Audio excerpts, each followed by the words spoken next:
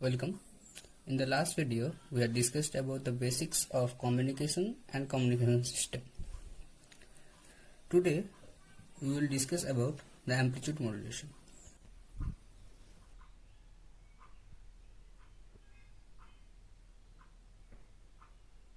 As said earlier, amplitude modulation is defined as the process in which the amplitude of the carrier signal is varied in accordance to the message signal.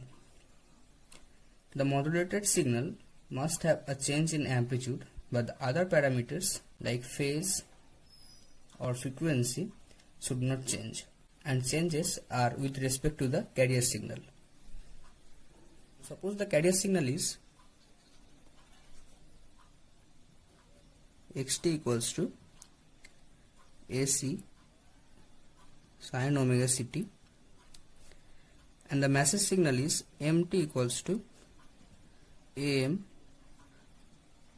sin omega mt, and if we represent them graphically, then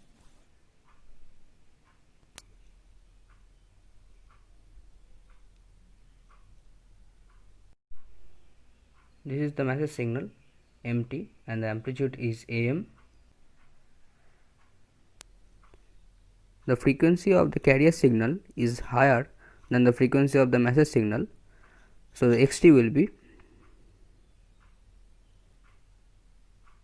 like this, and the amplitude is AC, and the modulated signal will be this. The amplitude modulated signal is attained by adding the message signals from both directions in positive and negative directions.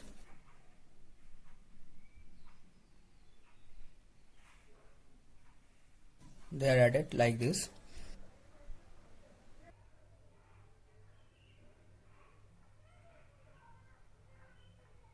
Suppose this is AC. When this message signal is added to it, then the output signal will be like this. And on the negative side also, suppose this is minus AC. When this signal is added, then the output signal will be like this. And thus we attain the modulated signal. Here this is the message signal with frequency omega m, whereas this is the carrier signal with frequency omega c. That is how the modulated signal is attained. Now from this we can get the equation of modulated signal, which is given by S of t. In the modulated signal there will be a change in amplitude.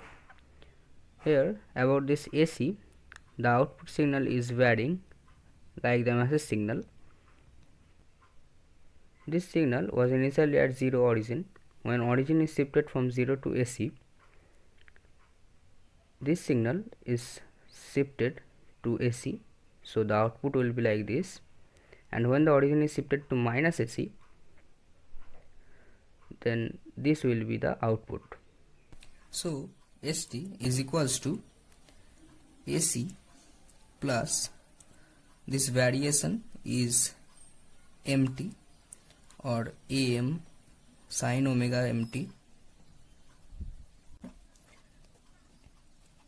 and this frequency is frequency of carrier signal, so sin omega ct.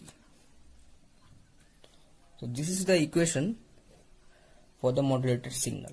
So we have ST equals to AC plus AM sin omega MT into sin omega ct. So let us solve this. AC sin omega ct plus AM sin omega MT into sin omega ct, that is AC sin omega ct plus MAC into half into 2 sin omega MT into sin omega ct. Here this AM is replaced by MAC, where M is the modulation index for amplitude modulation, and it is defined as the ratio of amplitudes of message signal and carrier signal. So M is AM by AC, that is AM is equals to MAC. So AC into sin omega ct plus m by 2 into cos of omega c minus omega m into t minus cos of omega c plus omega m into t. So this is the equation for the modulated signal. Here this AC sin omega ct turn is the signal for this region. MAC by 2 cos omega c minus omega mt is the lower sideband, and MAC by 2 cos omega c plus omega mt is for the upper sideband. The bandwidth required to transmit these signals is 2 omega m, and the operating frequency is this carrier signal frequency omega c. Suppose this is E max and this is E min. So E max is AC plus AM and E min is AC minus AM. That is, AC is E max plus E min divided by 2 and AM is E max minus E min divided by 2.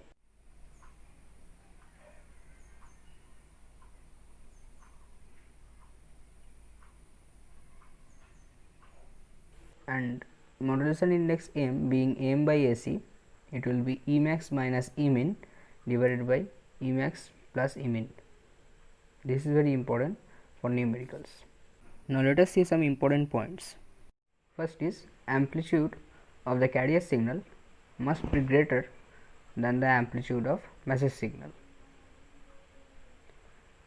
And since M is AM by AC, M will be less than 1. Now let us justify this point. Suppose M is equals to AC. For this case, this is our output graph. At these nodes we are getting 0 voltage, hence we cannot make out that whether it is a fault of the machine or actually the input is 0. So this is not desired, hence AM should not be equals to AC. For AM greater than AC, that is for M greater than 1, the output graph will look like this. Here at these points the carrier signal is overlapped and they are getting cancelled. So the output of this is a discrete value, and when we will demodulate this signal we cannot get the actual message signal. So this condition is also not desired. The best case is when AM is AC by 2, that is M is 0.5. For this condition we will get a pure and perfect modulated signal which can be demodulated very easily.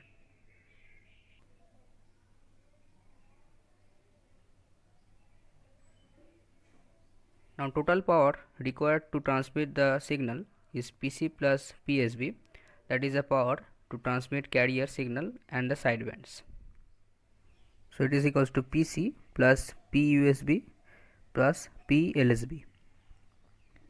Now here power P is V into I, that is V square by R, and all analog signals are in the form of voltages. So AC, AM, these are all representing voltage. Here we will use the RMS value. So PC will be AC by root 2 whole square divided by R.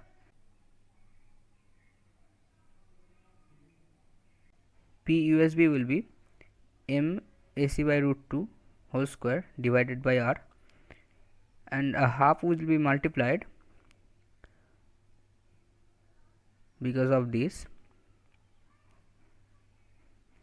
and similarly PLSB will be MAC by 2 root 2 whole square by R, that is equals to AC square by 2R plus M square AC square by 8R plus M square AC square by 8R. So PT is AC square by 2R into 1 plus M square by 4 plus M square by 4. Here AC square by 2R is the PC, so PC into 1 plus M square by 2. This is equals to PC, and it's very important for numericals. Now from here PT upon PC will be 1 plus M square by 2, that is M square is PT by PC minus 1 into 2, and M will be root over of 2 into PT upon PC minus 1. Again we know PT is IT square into R. PT is PC into 1 plus M square by 2, that is equals to IT square into R. Now PC is IC square into R. So from here we will get IT square equals to IC square into 1 plus m square by 2, that is IT is IC into root over of 1 plus m square by 2. Now let us calculate the efficiency. So eta is P out by P in. P out is the power to transmit the sidebands and P in is total power. PSB will be m square by 2 into PC and PT is PC into 1 plus m square by 2. That is eta will be m square by m square plus 2. And in percentage, eta's value will be m square by m square plus 2 into 100%. This is very important for numericals. Now let us see what are the advantages of amplitude modulation. Amplitude modulated signal can propagate longer distances as the amplitude is modified. This method is very simple and low cost circuits are used, unlike in frequency modulation. And transmitters and receivers are very simple in amplitude modulation circuit, and hence modulation and demodulation is very easy. Amplitude modulation was used to carry signals of telephone lines in early days. It is used in Navy and aviation for communication as it can travel longer distances, and it is widely used in AM radio broadcasting. But amplitude modulation has several disadvantages also. Addition of noise is higher in amplitude modulation than in frequency modulation, and hence more data is lost in amplitude modulation. Transmission requires more bandwidth and more power is consumed, and amplitude modulation has lesser frequency than frequency modulation. In this equation of efficiency, if we put m equals to 1, then eta will be 1 by 1 plus 2 into 100%, that is 33.33%.